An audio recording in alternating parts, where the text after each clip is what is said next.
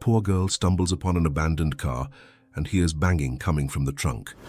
When she opens it, she discovers a kidnapped millionaire on the brink of death. She helps him and disappears without saying her name, but leaves behind something impossible to ignore. The scar on her face is identical to that of the daughter he believed he had lost forever. The Seattle fog rolled in thick that morning, blanketing Riverdale Salvage Yard in an eerie, impenetrable mist.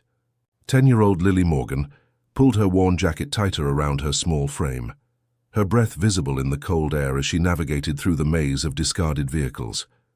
Scavenging for anything valuable had become routine: copper wiring, aluminum, or even intact car parts that Mr. Jenkins might buy for a few dollars. Enough to help Grandma Martha with groceries this week.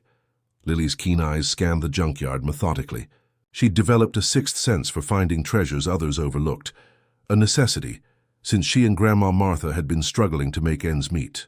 Her gaze settled on an expensive-looking black sedan, partially hidden behind a stack of crushed cars. It seemed out of place among the rusted heaps. Maybe there's something good inside, she whispered to herself, approaching cautiously. The car's sleek lines suggested luxury, though it was now coated with a thin layer of dust. As she circled around to the trunk, a muffled sound stopped her cold. She froze, listening intently. There it was again, a weak thumping coming from inside the trunk. Heart hammering in her chest, Lily pressed her ear against the metal surface. The sound was unmistakable now. Someone was inside, their movements growing weaker by the minute. "Hello?" she called out, her voice trembling. "Is someone in there?" A faint groan answered her.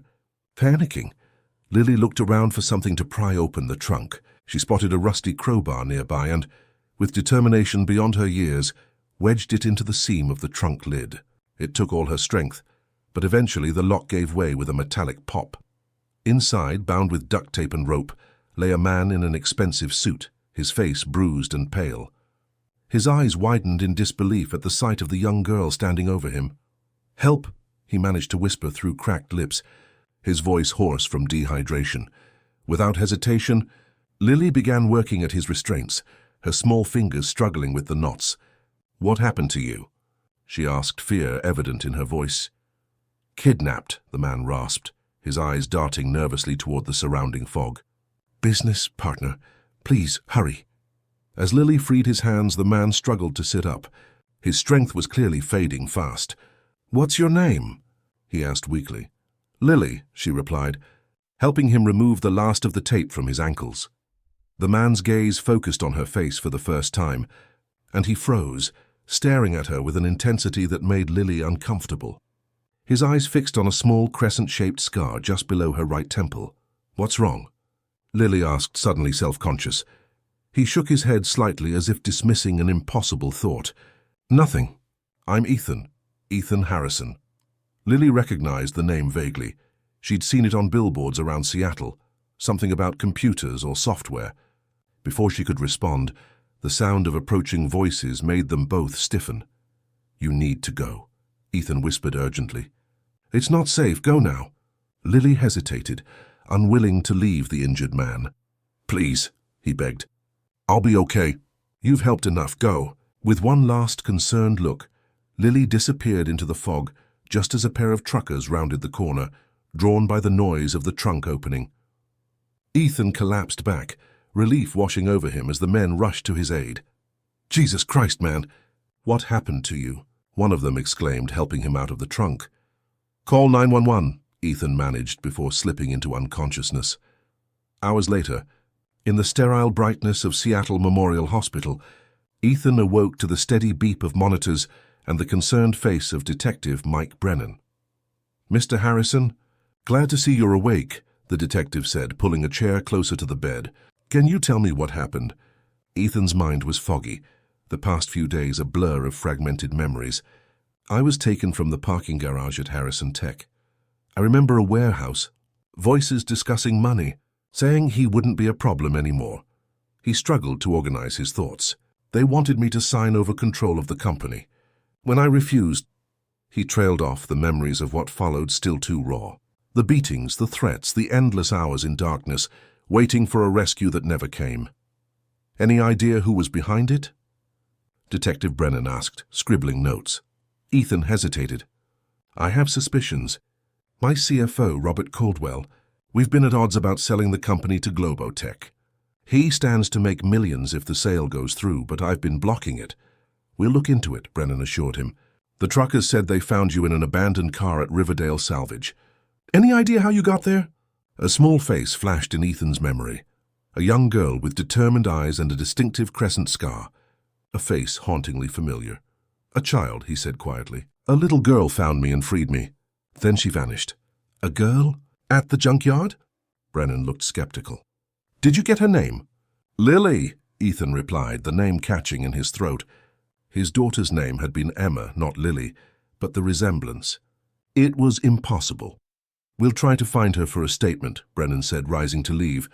In the meantime, get some rest. We'll have officers outside your room for protection. Left alone with his thoughts, Ethan couldn't shake the image of the girl's face. The same heart-shaped face, the same determined set of the jaw, and most strikingly, the identical crescent-shaped scar his daughter Emma had received when she fell from a swing at age 5. But Emma was gone, lost 2 years ago in that terrible storm when their car was swept off the bridge into the raging Snoqualmie River. Her body had never been recovered, despite weeks of searching. The official report had concluded she'd been carried out to the Sound by the floodwaters. Yet the girl in the junkyard, Lily, was her spitting image, down to the distinctive scar. It couldn't be a coincidence. The age seemed right, too. Emma would be 10 now. As exhaustion pulled him back towards sleep, Ethan made a silent promise. Once he was discharged, he would find this girl again. He had to know who she was and where she came from. If there was even the slightest chance that Emma had somehow survived, the thought was both terrifying and exhilarating. For 2 years he'd been a shell of himself, going through the motions of living while his soul remained frozen in grief. Harrison Tech had become his only focus, a distraction from the empty mansion that no longer felt like home. Now, for the first time since the accident, Ethan felt something stir within him. Hope, dangerous and fragile, but hope nonetheless. Outside the hospital window, the Seattle skyline glittered through patches of clearing fog, the Space Needle illuminated against the night sky. Somewhere in that vast city was a little girl named Lily, with Emma's face and Emma's scar, who had saved his life and then disappeared back into the mist like a phantom. Ethan's fingers closed around the call button. He needed to get out of this hospital bed. He needed to find her before the trail went cold, before he lost his daughter, if it was truly her, for a second time. Nurse, he called as a woman in scrubs appeared in the doorway. I need to speak with my lawyer immediately. 3 days after his rescue, Ethan Harrison stood in the doorway of an untouched bedroom, his fingers tracing the polished wood frame. Emma's room remained exactly as she had left it on that fateful rainy night 2 years ago. Shelves lined with stuffed animals, science fair ribbons pinned to a corkboard, and star-patterned bedding neatly made by Mrs. Winters, the housekeeper who came twice weekly to dust and vacuum, preserving this shrine to his lost child. Ethan's footsteps were muffled by the plush carpet as he crossed to the dresser where a silver frame held Emma's last school photo. His daughter smiled back at him, gap-toothed and confident, her hair pulled back with the sparkly hair clips she'd insisted on wearing that day. The crescent scar visible by her temple, a permanent reminder of her playground fall. I saw you today, he whispered to the photograph. Or someone who could be your twin. Behind him, Martin Chen, his personal attorney and closest friend, waited patiently in the hallway. He'd driven Ethan home from the hospital against medical advice. You should be resting, Martin said gently. The police are handling the investigation. Robert's company access has been suspended, and his accounts are being monitored. Ethan turned away from the photograph. I didn't ask you here to discuss Robert or the company. He led Martin to his home office, where files were already spread across the mahogany desk. Accident reports, search and rescue documentation, newspaper clippings, the paper trail of a tragedy that had consumed 2 years of his life. What's all this? Martin asked, picking up the official accident report. Everything from the night Emma disappeared, Ethan replied, pulling out a chair. I need you to look at it with fresh eyes. Martin's expression softened with concern. Ethan, we've been through this. The current was too strong. The divers searched for weeks. The forensic experts concluded that her body was likely carried out to Puget Sound, Ethan finished. I know what they said. But what if they were wrong? What if she somehow survived? Ethan, Martin's voice was gentle but firm, this is about the girl who helped you, isn't it? The one at the junkyard. Ethan pulled out his phone and opened a photo app. This is Emma 2 years ago, he said, showing Martin the school portrait. Then he swiped to a second image, a grainy security camera still from Harrison Tech's facial recognition database, which he'd tasked with finding matches to Emma's features. And this is from a convenience store near Riverdale Salvage Yard, taken 3 days ago. Martin studied the images, his professional composure faltering. The resemblance is striking, he admitted. But Ethan, you know how grief works. We see what we want to see. It's not just the face, Ethan insisted. It's the scar. Identical placement, identical shape. What are the odds of that being a coincidence? Martin sank into a chair, rubbing his temples. Even if, and that's an enormous if, what are you suggesting? That Emma has been living as someone else for 2 years? That someone found her and didn't report it? That's a criminal offense. Or maybe someone found her and couldn't identify her, Ethan countered. The girl, Lily. She was with an elderly woman. What if Emma had amnesia from the accident? What if this woman found her and has been caring for her, not knowing who she really is? Martin's silence spoke volumes. His friend was humoring him, believing this to be the desperate theory of a traumatized mind. Ethan opened the wall safe behind a landscape painting and withdrew a small velvet box. Inside was a broken silver star pendant, Emma's favorite necklace recovered from the crashed car. I'm going back to that salvage yard, Ethan said with quiet determination. Every day if necessary until I find her again. And then what? Martin asked. You can't just accuse someone of harboring your missing daughter without proof. You need to let the police handle this. Ethan's laugh was hollow. The same police who gave up searching after 3 weeks? Who told me to find closure? No, I need to see her face to face. I need to know. Dawn found Ethan parked near the entrance to Riverdale Salvage Yard, a small cooler beside him containing bottled water and sandwiches. The morning fog was beginning to lift as the yard's owner arrived to unlock the gates. Morning, Ethan called, approaching with casual confidence. Mind if I take a look around? I'm interested in some parts for a restoration project. The grizzled owner, Jenkins, according to the name stitched on his coveralls, sized up Ethan's expensive coat and dubious expression. $50 for salvage rights. Find what you need, we'll negotiate price after. Ethan handed over $100 bill. Keep the change. I might be back a few times this week. Jenkins pocketed the money without comment, gesturing toward the maze of junked vehicles. Ethan waited until the man retreated to his office before beginning his real search. For 3 hours, he wandered the labyrinthine paths between crushed cars and stacked engine blocks, seeing no sign of Lily. Eventually, he left the food and water near the black sedan where he'd been found, now just an empty shell with its trunk hanging open. A simple note accompanied the provisions. Thank you for saving my life. I'd like to help you too if you'll let me. I'll be back tomorrow. Ethan. He returned the next day. The food was gone, but there was no sign of the girl. He left more supplies and another note. On the 3rd day, he found a small paper crane folded from his previous note, sitting atop the cooler. Progress. By the 5th day, his patience was rewarded. As he approached the now familiar meeting spot, a small figure darted between 2 stacked cars, observing him from a distance. Lily? He called softly. I just want to talk. The girl remained half-hidden, wary as a stray cat. But she didn't run. You've been leaving food, she said, her voice carrying clearly despite her obvious caution. Ethan nodded, keeping his distance. I wanted to thank you properly. Are you better now? She asked, edging slightly forward.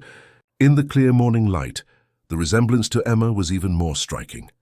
Same thoughtful eyes, same determined chin, same crescent scar. Much better thanks to you, he replied, fighting to keep his voice steady. You disappeared before I could properly thank you. Or repay you. Lily shrugged, embarrassment crossing her features. I didn't do it for money. I know, Ethan smiled. That makes it even more special. Most adults would have walked away. You didn't. His trained eye noted the details he'd missed in the fog and darkness of their first meeting. Her clothes were clean but worn.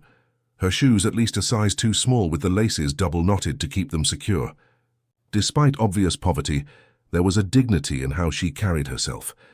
"My grandmother says we shouldn't expect rewards for doing the right thing," Lily said, chin lifting slightly. "Your grandmother sounds like a wise woman," Ethan replied. "I'd like to meet her someday." Wariness returned to Lily's expression. "Why?"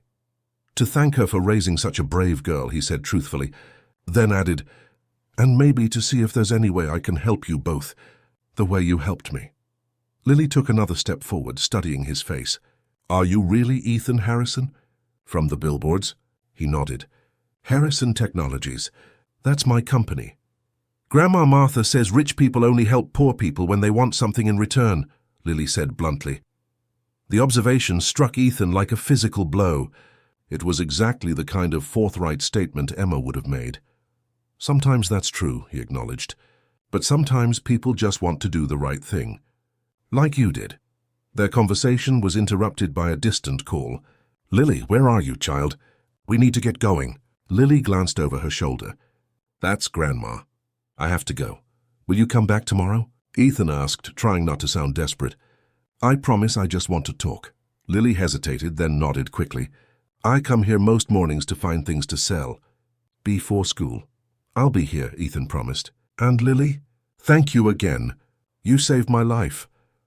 She offered a quick smile before disappearing into the maze of junked cars, leaving Ethan standing alone, his heart racing with a mixture of hope and terror. The girl was real. The resemblance was undeniable. And now he had a name, Grandma Martha, and the knowledge that they were struggling enough financially that a 10-year-old child was scavenging in junkyards before school. As he walked back to his car, Ethan pulled out his phone. "Martin, I found her. And it's her, Martin. I'd stake my life on it. I need you to do something for me. I need everything you can find on a woman named Martha, who's raising a granddaughter named Lily, living somewhere near Riverdale Salvage." The Greenwood Market buzzed with weekend shoppers, but Ethan's focus remained fixed on the small figure weaving between produce stands. Following Lily had been Martin's idea, not to frighten her, but to understand more about her life circumstances before making any official moves.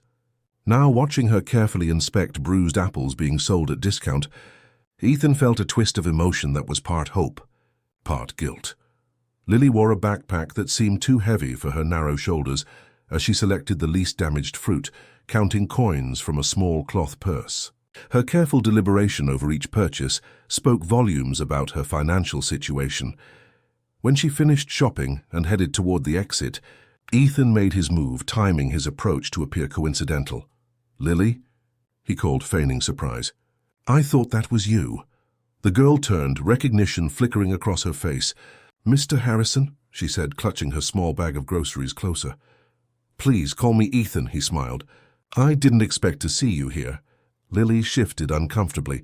"I was just getting some things for Grandma Martha." Ethan gestured to the cafe section of the market. "I was about to have lunch." "Would you like to join me?" "My treat, of course." Wariness crossed her features, but hunger won out. "I should call my grandmother first. She worries." "Of course," Ethan nodded, impressed by her caution. He watched as Lily used the market's courtesy phone, explaining in careful tones that she'd met the man from the junkyard and he'd offered to buy her lunch. After some back and forth, she nodded. "Okay, Grandma, I will. 2 hours, promise." "Everything all right?" Ethan asked when she returned. "She says it's okay.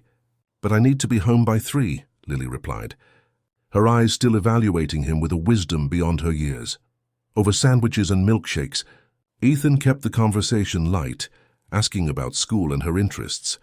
Lily gradually relaxed, revealing a bright intelligence that made his heart ache with recognition. She loved science just like Emma had. Her favorite subject was astronomy, just like Emma's had been. "The stars make me feel peaceful," Lily explained, stirring her milkshake thoughtfully. "Like no matter what problems we have down here, they just keep shining." "My daughter felt exactly the same way," Ethan said softly. Lily looked up sharply. "You have a daughter?" Ethan hesitated, then reached for his wallet. "I had a daughter, Emma. She would be about your age now." He slid a photo across the table, the same school portrait from Emma's bedroom. Lily studied the picture, her expression unreadable. "What happened to her?" There was an accident, Ethan replied, carefully avoiding terms that might frighten her. 2 years ago, during that big storm, our car went off a bridge. I survived, but Emma was never found. I'm sorry, Lily said, pushing the photo back toward him. That must be really hard. It is, Ethan agreed, noticing how she'd avoided looking too closely at the image. But recently I've had reason to hope that miracles might be possible. Lily fidgeted with her straw wrapper. Why are you telling me this? Because when I first saw you in that junkyard, I thought I was seeing a ghost, Ethan admitted. You look remarkably like Emma. You even have the same scar. Lily's hand unconsciously touched the crescent mark near her temple. Lots of people have scars. Of course, Ethan nodded, backing off slightly. It was just startling. He changed the subject, asking about her grandmother. Lily's expression brightened as she described Martha Wilson, 72 years old, former elementary school teacher, who'd been raising Lily since as long as I can remember. The inconsistency wasn't lost on Ethan, but he didn't press. Where do you and your grandmother live? He asked casually. Lily's guard instantly returned. Near the bridge, she said vaguely. We have to move around sometimes. That must be difficult, Ethan said, keeping his tone neutral. Lily shrugged with practiced nonchalance. Grandma says home is where we're together, not a place. The sentiment struck Ethan deeply. It was something he'd lost sight of after Emma disappeared. The understanding that a house, no matter how grand, wasn't a home without loved ones. Your grandmother sounds like a remarkable woman, he said sincerely. I'd very much like to meet her. Lily studied him for a long moment, as if making a difficult decision. Maybe you can, she finally said. She needs help with her medicine sometimes, but she's too proud to ask. Would she accept help from me, do you think? Ethan asked. Lily twisted her paper napkin. Maybe if you didn't make it feel like charity. Grandma has a lot of dignity. I understand that completely, Ethan assured her. Perhaps I could offer a fair exchange. There must be something I could do that would allow her to maintain her pride. By the time they finished lunch, Lily had agreed to introduce him to Martha that afternoon. As they walked toward the Fremont Bridge, Ethan's lawyer instilled caution warred with his desperate hope. What if this was all coincidence? What if Martha was indeed Lily's biological grandmother? What if his certainty was nothing more than the delusion of a grieving father? The encampment under the bridge consisted of a patchwork of tents and makeshift shelters, evidence of Seattle's growing housing crisis. Lily led him directly to a small blue tent set slightly apart from the others, remarkably neat, despite its humble nature. Grandma, Lily called. I brought him. The man I told you about. Martha Wilson emerged from the tent, and Ethan's first impression was of dignity personified. Despite her circumstances, the elderly woman stood straight-backed, her white hair neatly pinned, wearing clean though mended clothes. Her sharp eyes assessed Ethan with undisguised suspicion. Mr. Harrison, she said, extending a weathered hand, Lily tells me you've been leaving food for her at the salvage yard. I'm not sure whether to thank you or scold you for encouraging her to speak with strangers. Ethan shook her hand, noting the strength in her grip. I understand your caution, Mrs. Wilson. I'd feel the same in your position, but I owe Lily my life, and I'd like to repay that debt if you'll allow me. Martha gestured to a pair of folding chairs outside the tent. Let's sit and discuss exactly what you have in mind. For the next hour, Ethan outlined a proposal. Not charity, but an arrangement. A small apartment in Ballard, paid education expenses for Lily, and basic necessities in exchange for Martha's commitment to ensuring Lily attended school regularly. He was careful to frame it as an investment in Lily's future, rather than a handout. Why? Martha asked bluntly when he finished. Why would a man of your resources take such interest in a homeless child and an old woman? The question hung between them. Ethan had prepared for this, but now faced with Martha's piercing gaze, the rehearsed answers felt hollow. The truth is, he began slowly, Lily reminds me very much of my daughter, who disappeared 2 years ago. The resemblance is extraordinary. Martha's expression didn't change, but something flickered in her eyes. Caution, perhaps, or recognition. Many children share similar features, she said carefully. They do, Ethan agreed, but not identical scars in identical locations. Martha's hands folded tightly in her lap. What exactly are you suggesting, Mr. Harrison? I'm not suggesting anything yet, Ethan replied honestly. I'm simply asking for the opportunity to help you both, while I try to understand why a child who looks exactly like my lost daughter appeared precisely when I needed saving. Maybe it's coincidence. Maybe it's something more. Martha studied him for a long moment before speaking. We've been offered help before, Mr. Harrison. It usually comes with strings I'm not willing to accept. The only condition is Lily's education, Ethan assured her. Everything else, at where you live, how you live, your independence, remains entirely your choice. And if we accept and later wish to leave, the first month's rent and deposit would be in your name, Ethan explained. You'd be free to stay or go as you choose. I'm not trying to trap you, Mrs. Wilson. I'm trying to honor what Lily did for me. Martha glanced at her granddaughter, who had been silently following the conversation with intense focus. What do you think, child? You're the one who found this man. Do you trust him? Lily considered the question seriously. He seems different from other rich people. He listens when I talk like you do. And he looks sad even when he's smiling. The simple observation caught Ethan off guard. It was exactly the kind of perceptive comment Emma would have made. Martha nodded slowly. Mr. Harrison, we accept your offer conditionally. 1 month. If at any point I feel Lily's welfare is compromised, we leave without discussion. Is that understood? Completely, Ethan agreed, relief flooding through him. I've taken the liberty of viewing an apartment this morning. If it meets with your approval, you could move in today. 2 hours later, Ethan watched as Martha and Lily explored the modest 2-bedroom apartment in a well-maintained building near a good public school. It wasn't luxury. That would have insulted Martha's pride. But it was clean, safe and furnished with the basics. This bedroom would be yours. Lily, Ethan said, opening a door to reveal a simple room with a twin bed, desk and empty bookshelf. We can get whatever else you might need tomorrow. Lily entered cautiously, her fingers trailing over the desk surface as if she couldn't believe it was real. My own room, she whispered, turning to her grandmother. Grandma, look, there's a real bed. Martha stood in the doorway, emotion briefly overtaking her stoic expression. It's very nice, Lily. While Lily explored the rest of the apartment, Martha pulled Ethan aside. I need to be clear about something, Mr. Harrison.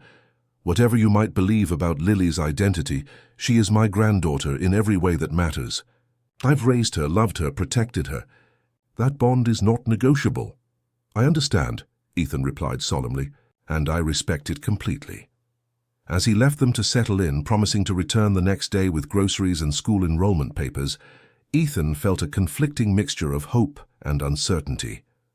He had found them, gained their trust and secured their immediate future. But the questions remained. Was Lily truly Emma? And if so, how had she come to be living as Martha Wilson's granddaughter? 3 weeks had transformed the small Ballard apartment in ways Ethan couldn't have anticipated. Curtains now framed the windows, a colorful rug brightened the living room, and carefully tended plants occupied the windowsills. But the most remarkable changes were in Lily and Martha themselves. Lily had gained weight, her formerly hollow cheeks now filled out, her eyes brighter. With proper nutrition and regular meals, she'd blossomed. Enrolled in the neighborhood elementary school, she'd quickly impressed her teachers with her intelligence and eagerness to learn, despite gaps in her education from years of transient living. Martha, too, seemed transformed, the constant tension in her posture gradually easing as their precarious existence stabilized.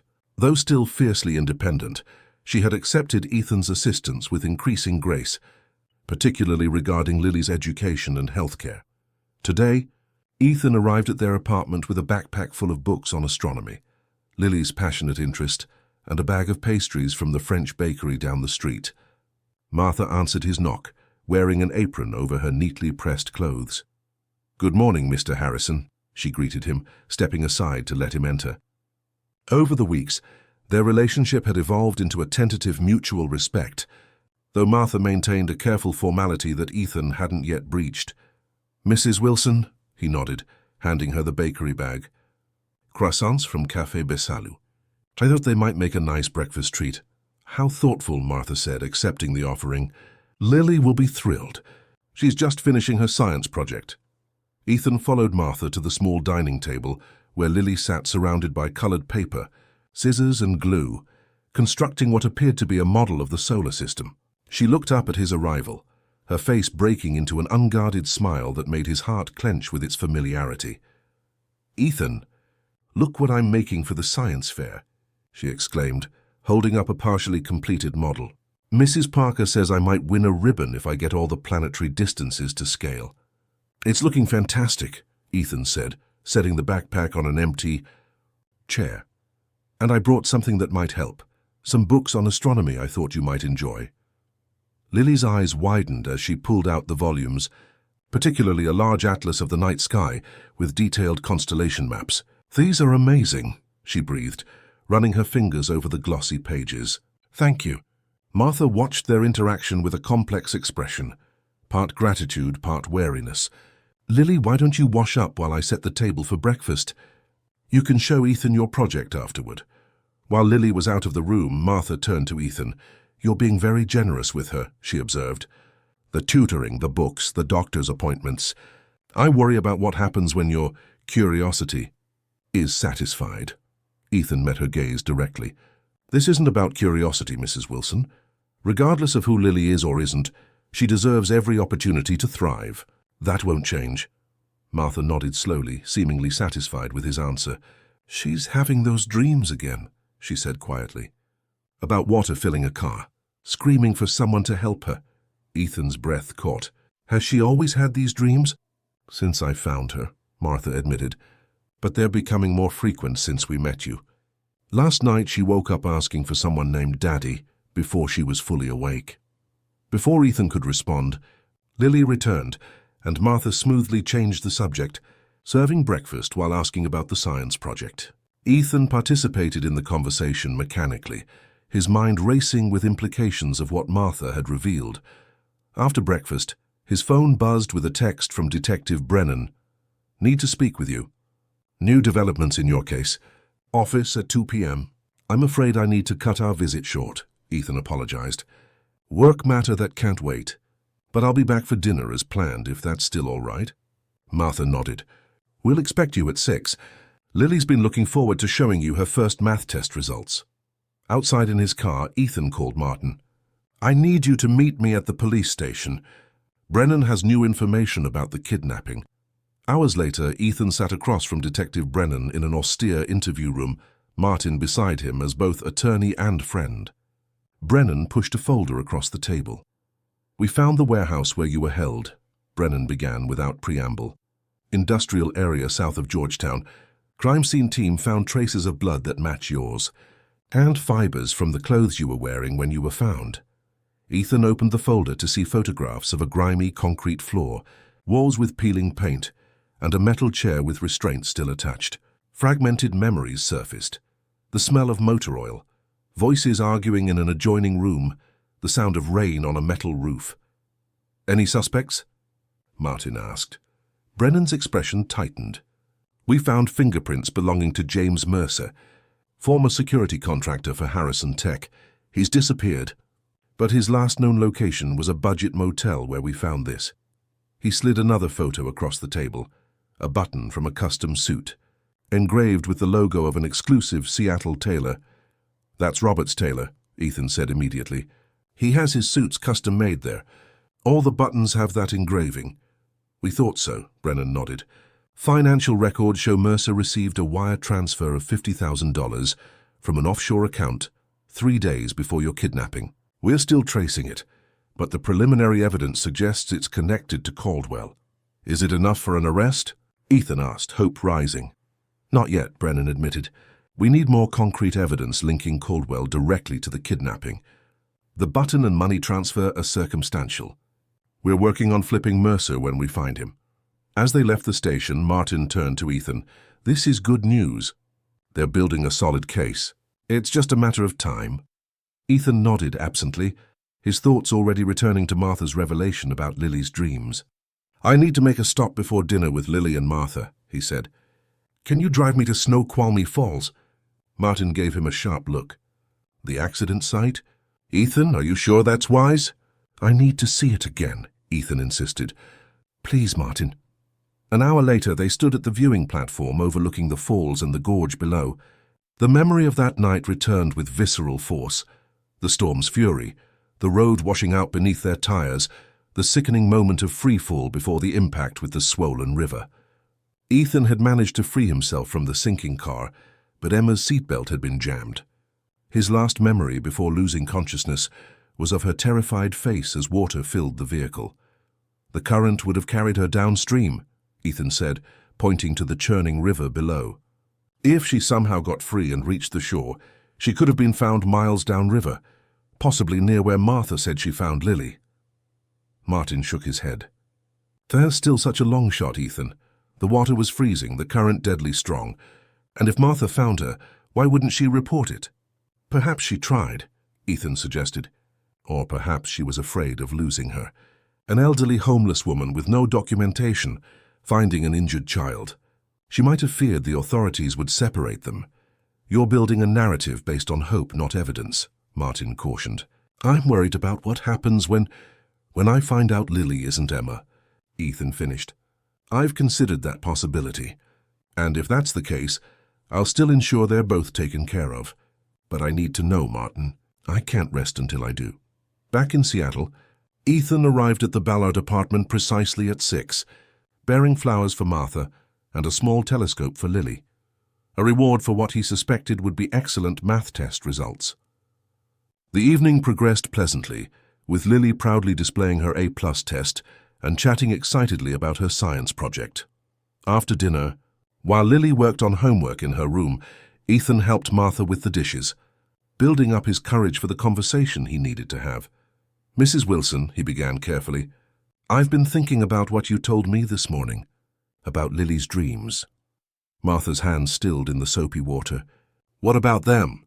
My daughter Emma disappeared 2 years ago when our car went off a bridge during a storm, Ethan said softly. She was trapped in her seatbelt as water filled the car. Those dreams Lily's having, they're exactly what happened to Emma that night. Martha dried her hands slowly on a dish towel, her expression unreadable. What are you suggesting? I think you know, Ethan replied gently. The timing matches. The physical resemblance is extraordinary. The scar is identical. And now these dreams. Martha, is there any possibility that Lily is actually Emma? The silence stretched between them, heavy with unspoken possibilities. I found her by the river, Martha finally said, her voice barely above a whisper. Soaked to the bone, half-frozen, unconscious. I thought she would die before morning. Ethan's heart hammered in his chest. When? 2 years ago, during the big storm. Martha's eyes filled with tears. She had no identification. When she woke, she couldn't remember anything. Not her name, not her family, nothing. I tried taking her to a hospital, but they wanted identification I didn't have. They said she'd be put in the system. So you kept her, Ethan said, no judgment in his voice. Martha nodded. I named her Lily after my daughter, Lily's mother, who passed away years ago. I told her she was my granddaughter, and eventually she accepted it as truth. I never meant to steal someone's child, Mr. Harrison. I truly believed she was lost to whoever had loved her before. I believe you, Ethan assured her, fighting his own emotions. You saved her life. You've cared for her when I couldn't. I can never repay that debt. Martha clutched the counter edge. What happens now? That depends, Ethan said carefully. If Lily is Emma, I would never separate you. You're as much her family now as I am. But I need to know the truth, for her sake as much as mine. How can we be certain? Martha asked. She doesn't remember her life before the accident. Memory can return, Ethan suggested. And there are other ways. DNA testing would be definitive. And if she is your daughter? Martha's voice trembled slightly. Will you take her away from me? No, Ethan promised firmly. Whatever happens, we find a way forward together. For Lily's sake. Their conversation was interrupted by a small sound from the hallway. They turned to find Lily standing in the doorway, her expression confused and frightened. Grandma? She said uncertainly. What's happening? Why are you crying? Martha quickly wiped her eyes. Nothing to worry about, dear. Ethan and I were just having an important grown-up talk. Lily looked between them skeptically. About me? I heard my name. Ethan and Martha exchanged glances, silently debating how much to reveal. Before either could speak, Lily's eyes suddenly went wide, fixed on something behind them. Ethan turned to follow her gaze. On the refrigerator was a calendar with the date circled, September 18th, marked Science Fair. Below it was a small photo of Lily and Martha, taken at the park the previous weekend. But Lily wasn't looking at either of these. She was staring at a small magnet holding up a shopping list, a souvenir from the Seattle Space Needle with the city skyline at night. "I've been there," she whispered, approaching slowly. "At night, with the lights all around. Someone was holding my hand. Someone. Tall." She turned to Ethan, her expression bewildered.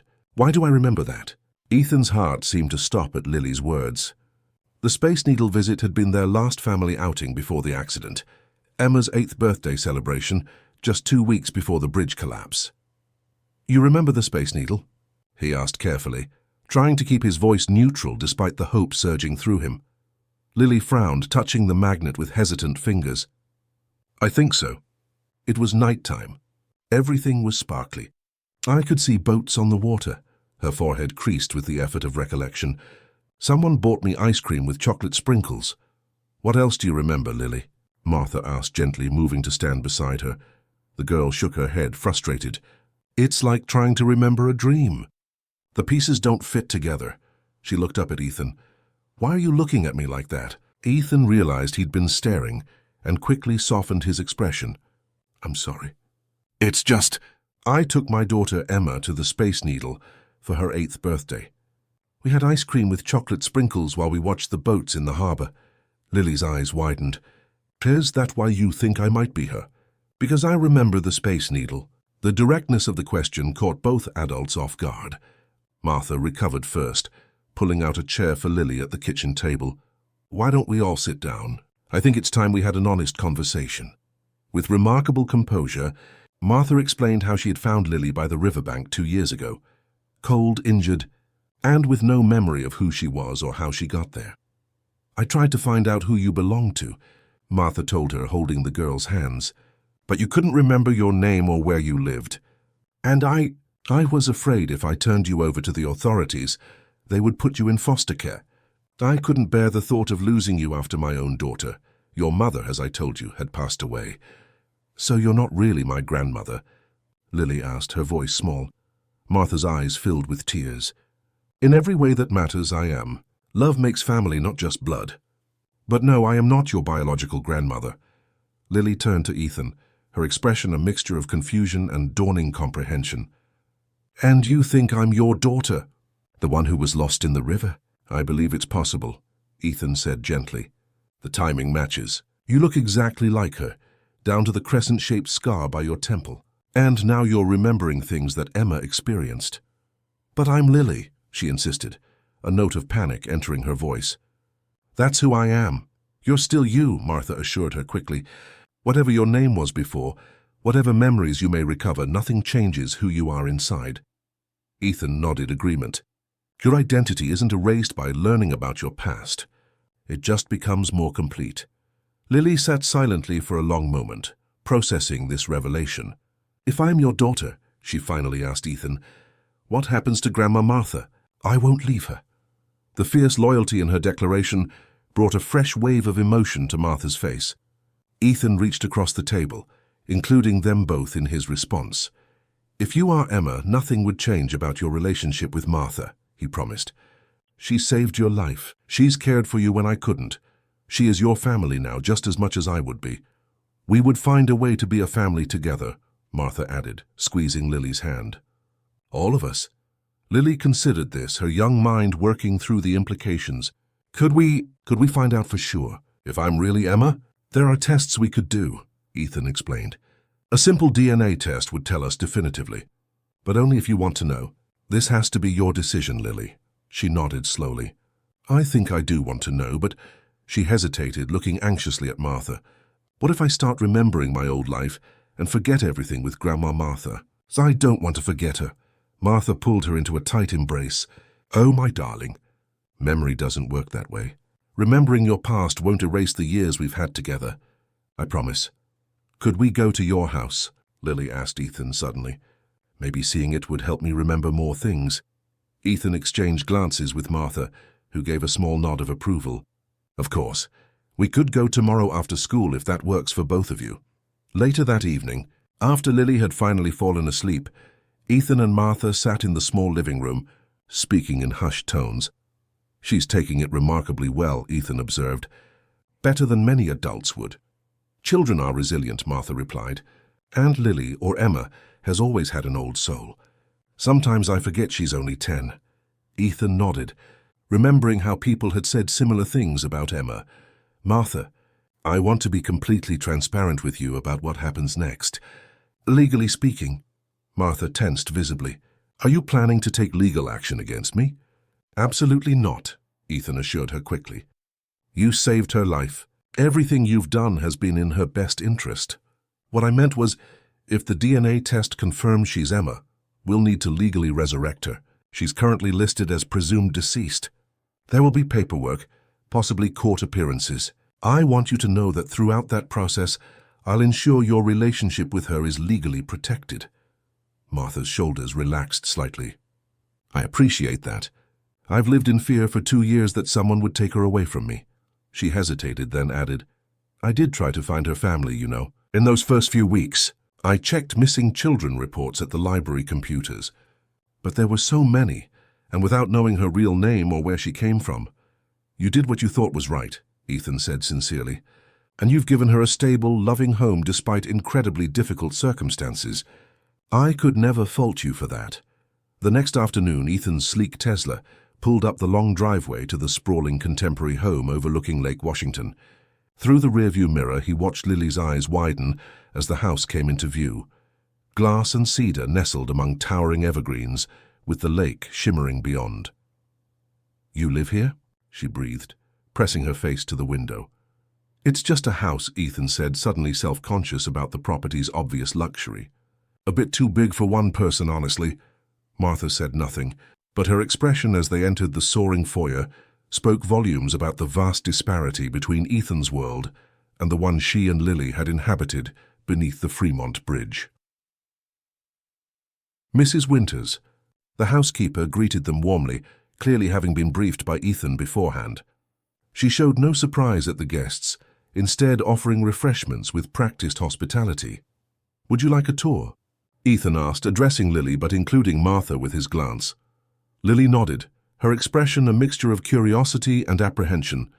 As they moved through the main living areas, the great room with its wall of windows overlooking the lake, the chef's kitchen, where Ethan admitted he rarely cooked, the media room with its massive screen, Lily showed interest but no recognition.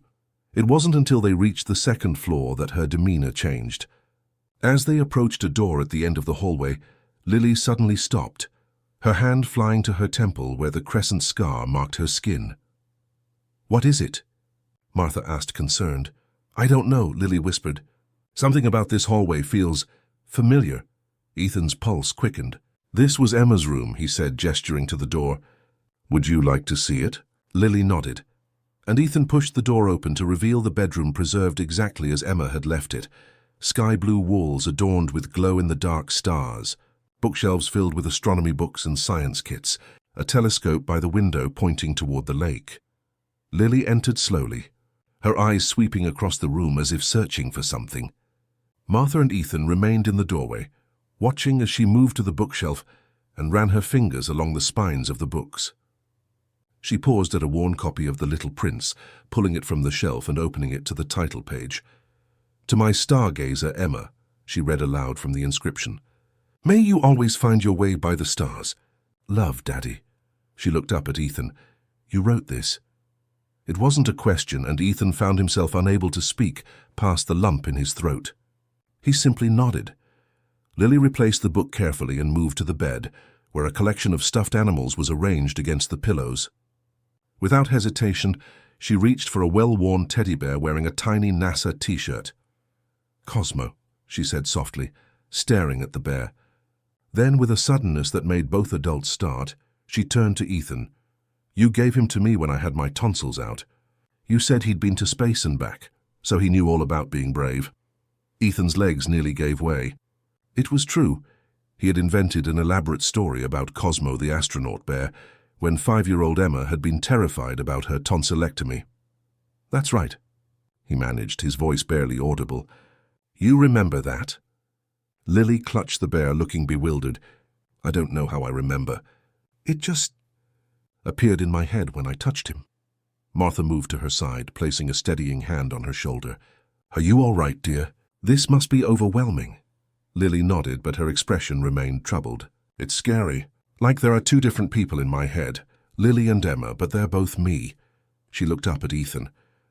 What do I call you now if I'm your daughter? Whatever feels right to you, Ethan assured her quickly. There's no rush to figure everything out at once. Lily's attention was caught by a small desk in the corner, where a photo album lay closed. She crossed to it and opened the cover, revealing pages of carefully preserved photographs. Emma as a baby, as a toddler at the beach, as a young girl on her first day of school. Mum, she whispered suddenly, touching a photo of a beautiful dark-haired woman holding a younger Emma on her lap. Where is she? The innocent question sent a jolt of pain through Ethan. She's no longer with us, he said gently. She became very ill when you were 5. That's why it was just you and me when the accident happened. Lily traced the woman's face in the photograph. I remember her perfume, she said distantly, like flowers and vanilla. Martha wiped tears from her eyes, watching the child she'd raised begin to reclaim fragments of a past life. She's remembering, Ethan, she said softly. She's really your Emma. Ethan nodded, unable to trust his voice. The evidence was becoming undeniable. Not just the physical resemblance, but these specific, personal memories that no one could have coached her to recall. Lily continued turning pages in the album, occasionally pausing at a photo that triggered a memory. Birthday parties, family vacations, ordinary moments that had been lost to her for 2 years. Suddenly she stopped at a picture of herself at what appeared to be an amusement park, wearing a silver star pendant necklace and standing beside a Ferris wheel. My necklace, she said, touching the image. The star necklace you gave me for my 7th birthday. We were at the fair. The Ferris wheel got stuck and I was scared, but you told me stories until it started moving again. She looked up at Ethan, her eyes questioning. What happened to it? Ethan crossed to a painting on the wall, a landscape of Mount Rainier at sunset. He swung it aside to reveal a wall safe, which he opened with a practiced sequence of numbers. From inside, he withdrew a small velvet box and brought it to Lily. It was recovered from the car after the accident, he explained as he opened the box to reveal the silver star pendant, its chain broken. The clasp must have come undone in the water. Lily stared at the necklace, her fingers hovering over it but not quite touching, as if afraid it might dissolve into mist. I remember wearing this, she said softly, all the time. I never took it off. She looked up at Martha. Did I have it when you found me? Martha shook her head. No, sweetheart. You had nothing but the clothes you were wearing, and those were soaked through. A heavy silence filled the room as the reality of what had happened, and what had nearly happened, sank in. Ethan carefully closed the box and placed it on the desk beside the photo album. There's no rush, he said gently. Your memories are returning naturally. We'll take this at whatever pace feels comfortable for you. Lily nodded, but her expression had become troubled again. If I'm Emma, she said slowly, does that mean Lily wasn't real? That my whole life with Grandma Martha has been pretend? Not at all, Ethan said firmly, kneeling to meet her at eye level. The past 2 years with Martha have been completely real. The love between you is real. The experiences you've shared are real. Finding out that you had a life before doesn't invalidate anything that came after. Ethan's right, Martha added, joining them. You are who you are today because of all your experiences, both the ones you remember and the ones you don't. Emma or Lily, you're still the same wonderful girl I've loved since the moment I found you. Seattle Central Medical Center's laboratory was a sterile maze of white corridors and glass doors. Lily or Emma, the name she was gradually accepting as part of her identity, clutched Martha's hand as they followed the technician to a small examination room. Ethan walked beside them, his presence both reassuring and nerve-wracking. The DNA test is very simple, Dr. Kaplan explained, addressing Lily directly, rather than talking over her head to the adults. I'll just swab the inside of your cheek and then do the same for Mr. Harrison. It doesn't hurt at all. Lily nodded bravely, though her grip on Martha's hand tightened. And this will tell us for sure if I'm really Emma? Yes, the doctor confirmed. The results will be conclusive.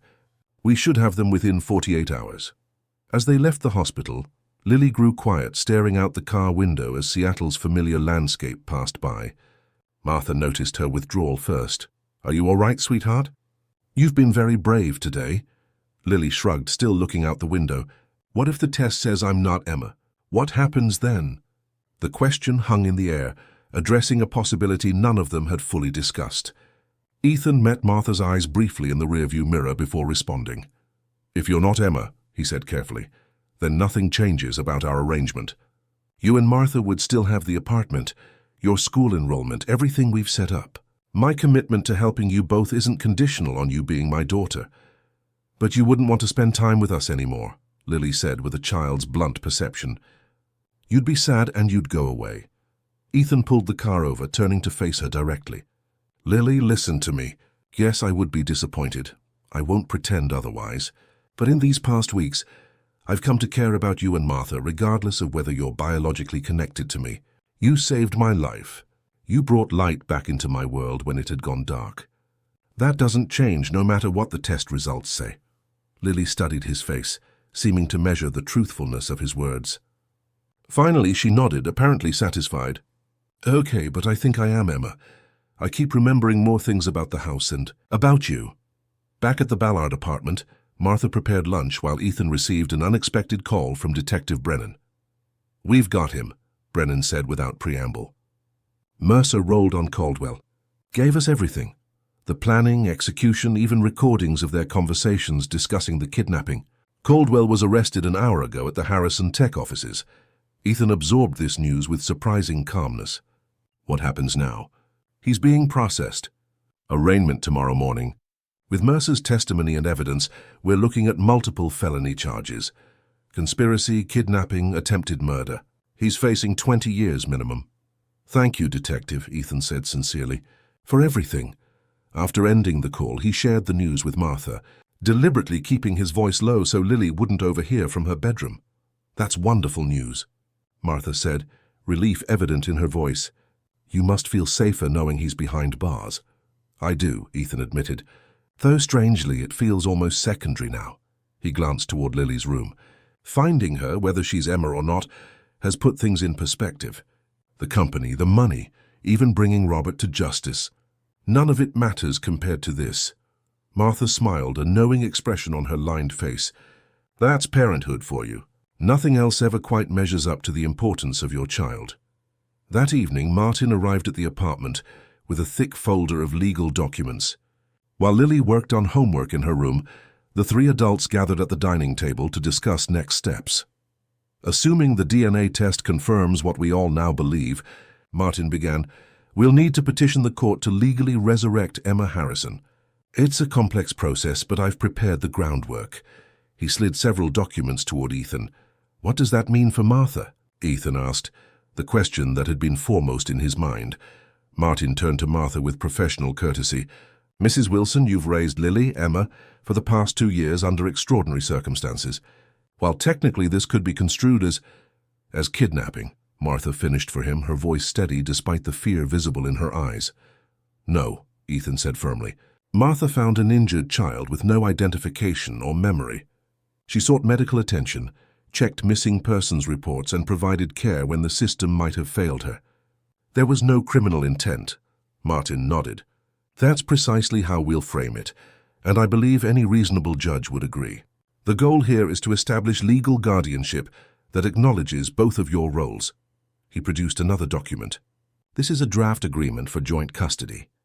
Ethan would have primary physical custody as Emma's biological parent, but Martha would have established visitation rights and remain a legal guardian." Martha studied the document, emotions playing across her face.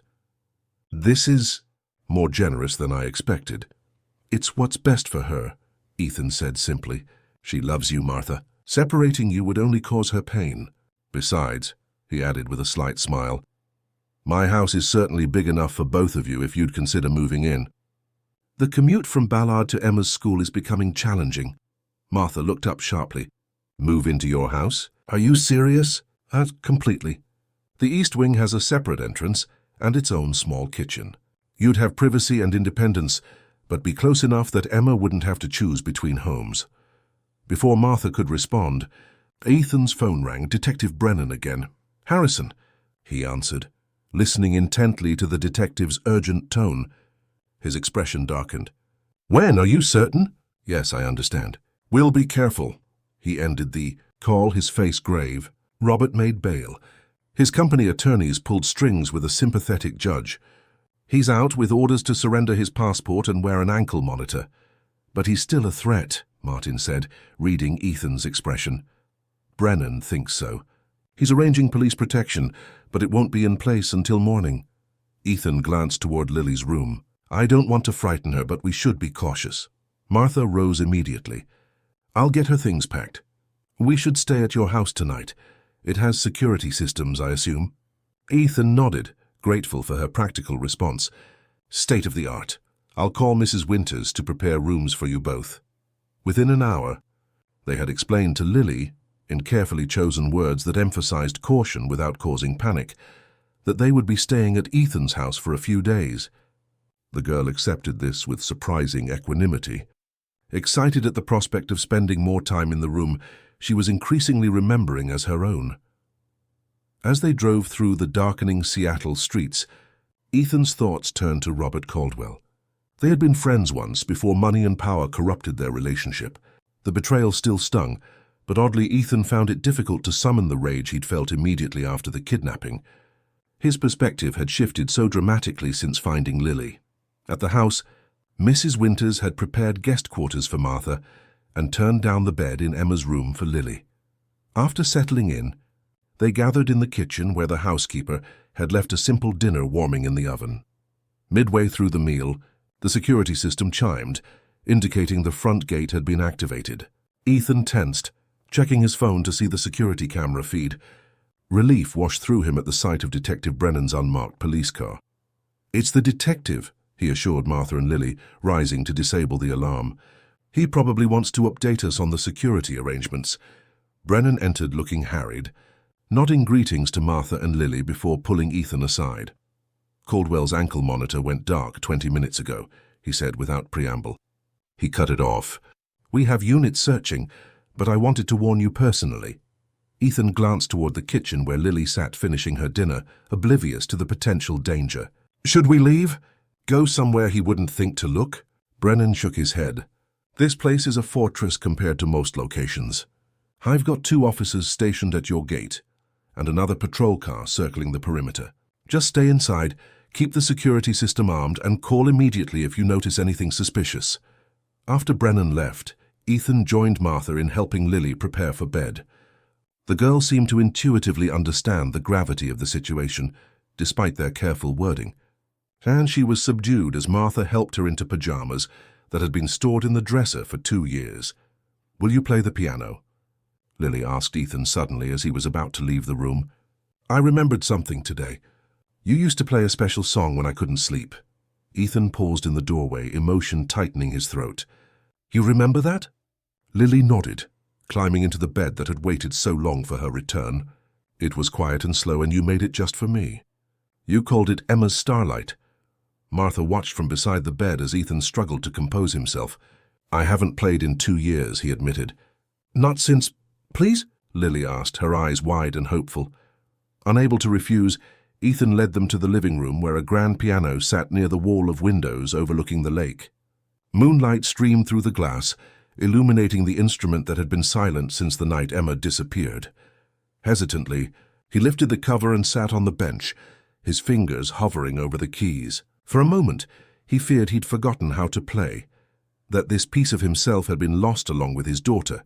Then slowly his hands found the familiar pattern, and the gentle melody of the lullaby he'd composed for Emma's 5th birthday filled the room. Lily closed her eyes, a peaceful expression settling over her features as the music washed over her. Martha watched them both, tears trailing silently down her weathered cheeks. When the last notes faded, Lily opened her eyes. "I remember now," she said softly. "You played that every night before bed. And then you'd say, 'Sweet dreams, my little stargazer.'" Ethan nodded, unable to speak. It had been their nightly ritual, one he'd never shared with anyone outside the family.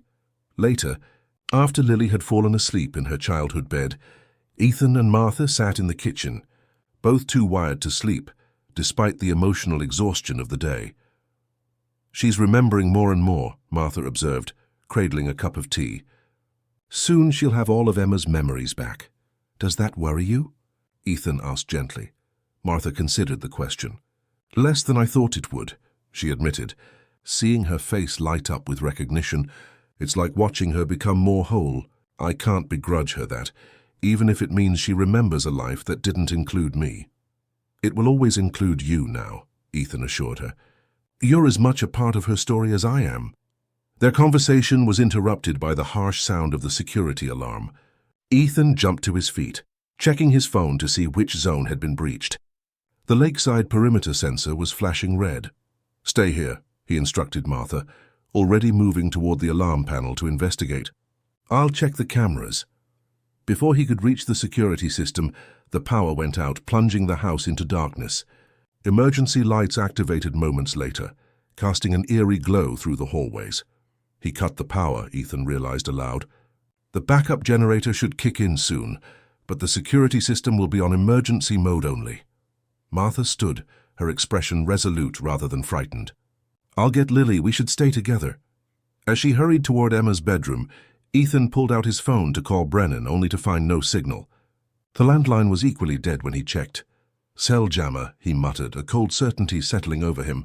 Robert had planned this carefully, using his technical knowledge of Harrison Tech's security systems against his former partner. Martha returned with a sleepy Lily, who clutched Cosmo the bear tightly against her chest. "The security officers at the gate?" Martha asked. Ethan shook his head. "I can't reach them. We need to assume they've been neutralized somehow. We should—" The sound of breaking glass from the solarium interrupted him. Someone was inside the house. Without hesitation, Ethan ushered Martha and Lily toward his home office, the one room with reinforced walls and a door that could be secured with a mechanical lock rather than an electronic one. "In here," he whispered, pushing them inside. "Lock the door behind me. Don't open it for anyone but me or the police." "Where are you going?" Martha demanded, clutching Lily protectively. "To stop Robert before he reaches this part of the house," Ethan replied grimly. "Lock the door, Martha. Keep her safe." As the heavy door closed behind him, Ethan moved silently through the darkened hallways of his home. He had no weapon, but he had the advantage of knowing every inch of the house.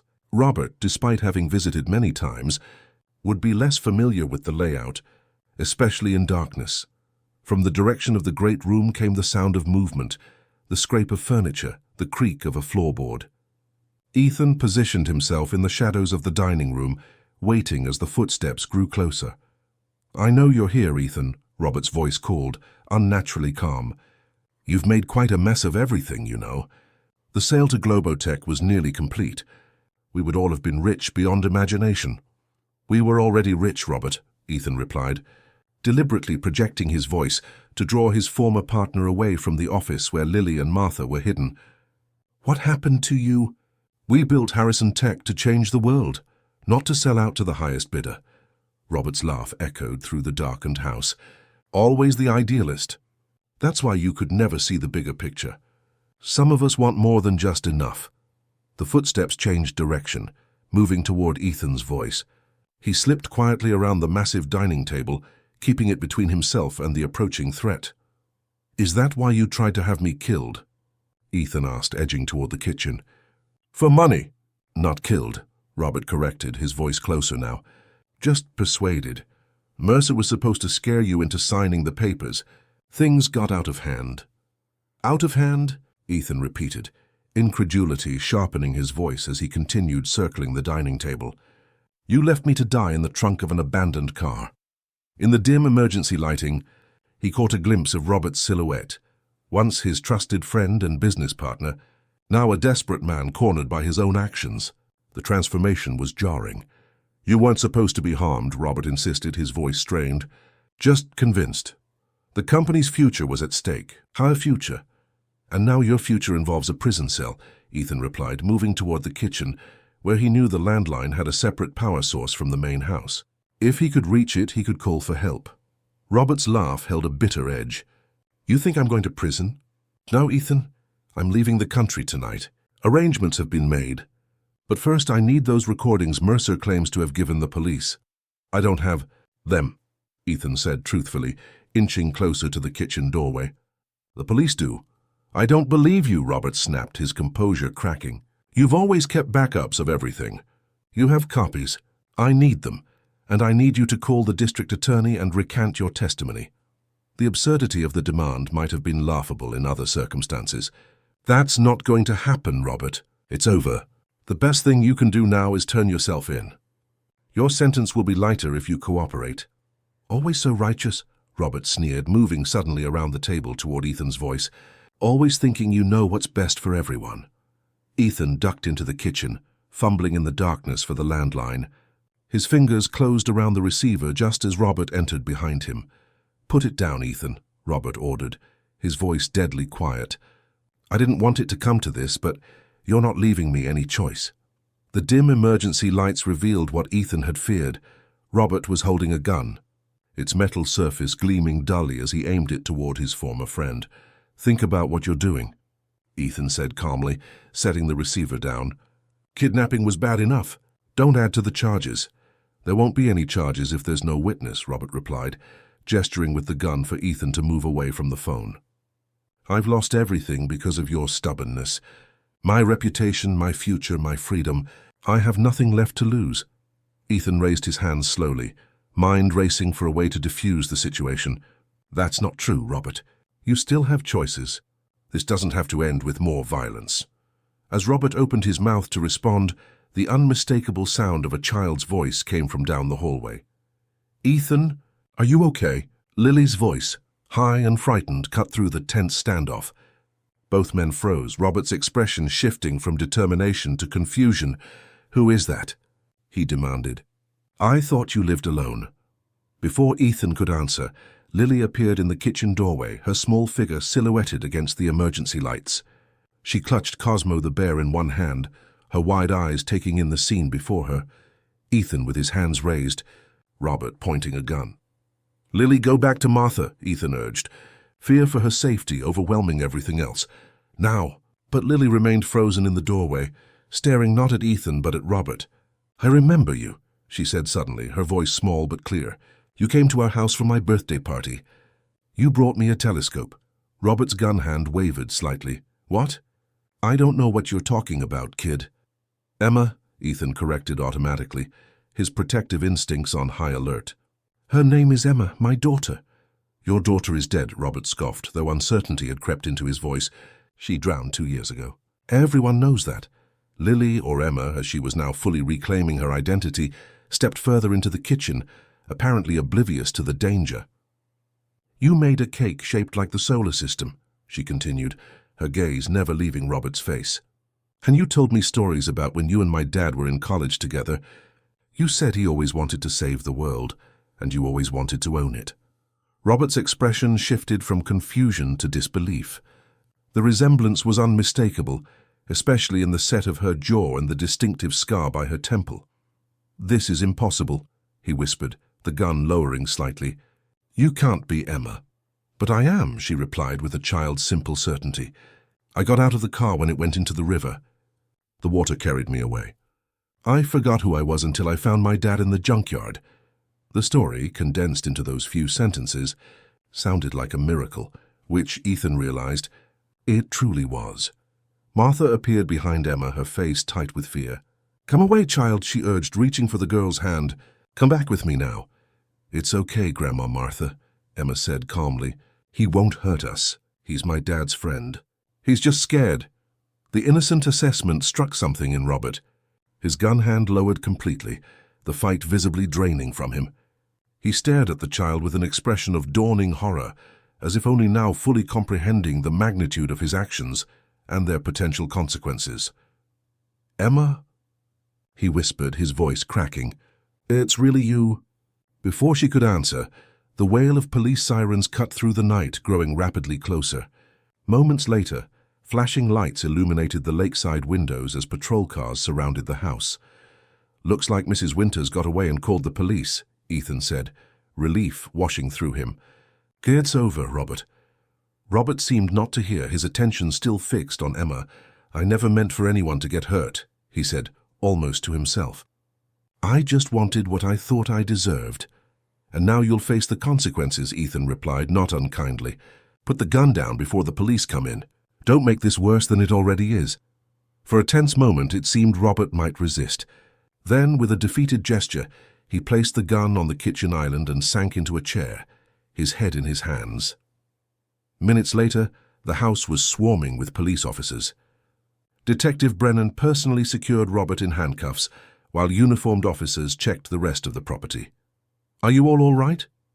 Brennan asked, his concerned gaze sweeping over Ethan, Martha, and the child who had been Lily, and was now reclaiming her identity as Emma. "We're okay," Ethan assured him, keeping a protective arm around Emma's shoulders. "Better than okay, actually." He looked down at his daughter with wonder that hadn't diminished in the slightest. "We're whole again." As Robert was led away, he paused before Ethan. "I truly am sorry," he said quietly. "For everything." Ethan nodded but offered no absolution. Some betrayals went too deep for easy forgiveness. Instead, he turned his attention back to Emma and Martha, the family that had been forged through loss and found again through what could only be described as fate.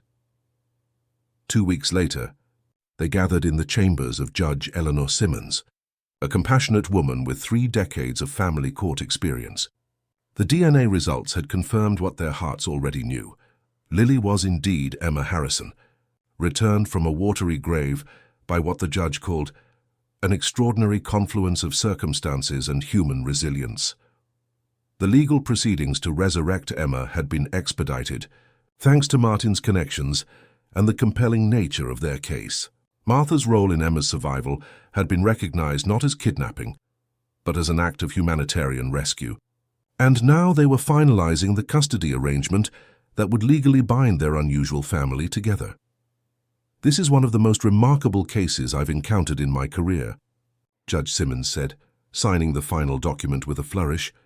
"Emma Harrison is legally restored to life, with joint custody granted to her biological father, Ethan Harrison, and her legal guardian, Martha Wilson. Emma, dressed in a blue dress that matched her eyes, sat between Ethan and Martha, her small hand holding onto each of them. The past month had seen dramatic changes in her life, yet she had adapted with the resilience unique to children. More memories returned daily, some joyful, some painful, all part of reclaiming her complete identity. "Does this mean Grandma Martha is really my grandmother now?" she asked as they left the courthouse. "In every way that matters," Ethan assured her, "legally, emotionally, permanently." Martha, who had moved into the east wing of the lake house as Ethan had suggested, smiled tearfully. "Family is more than blood, sweetheart. It's about love and commitment." The transformation of Ethan's house into a home had been remarkable. Martha's touch had softened the contemporary architecture with warmth and lived-in comfort. Emma's room, once a shrine to the past, was now a vibrant space for a living, growing child, though Cosmo the astronaut bear still held pride of place on her bed. More profound was the transformation within Ethan himself. The driven, solitary businessman had been replaced by a father whose priorities had realigned completely. He had stepped back from day-to-day operations at Harrison Tech, appointing a new executive team to run the company, while he focused on what he now understood to be his most important job, being Emma's father. Robert Caldwell had pleaded guilty to all charges, accepting a 15-year sentence rather than facing trial. Ethan had visited him once in prison, not to offer forgiveness, but to achieve closure on a chapter of his life that had ended. The conversation had been brief and somber, both men acknowledging that the friendship they had once shared was beyond repair. As spring bloomed across Seattle, Ethan finalized his most ambitious project yet, the Emma Harrison Foundation, dedicated to supporting children in foster care and providing resources for families in crisis. Martha had agreed to serve as its director, bringing her experience as both a former teacher and someone who had cared for a child outside the system.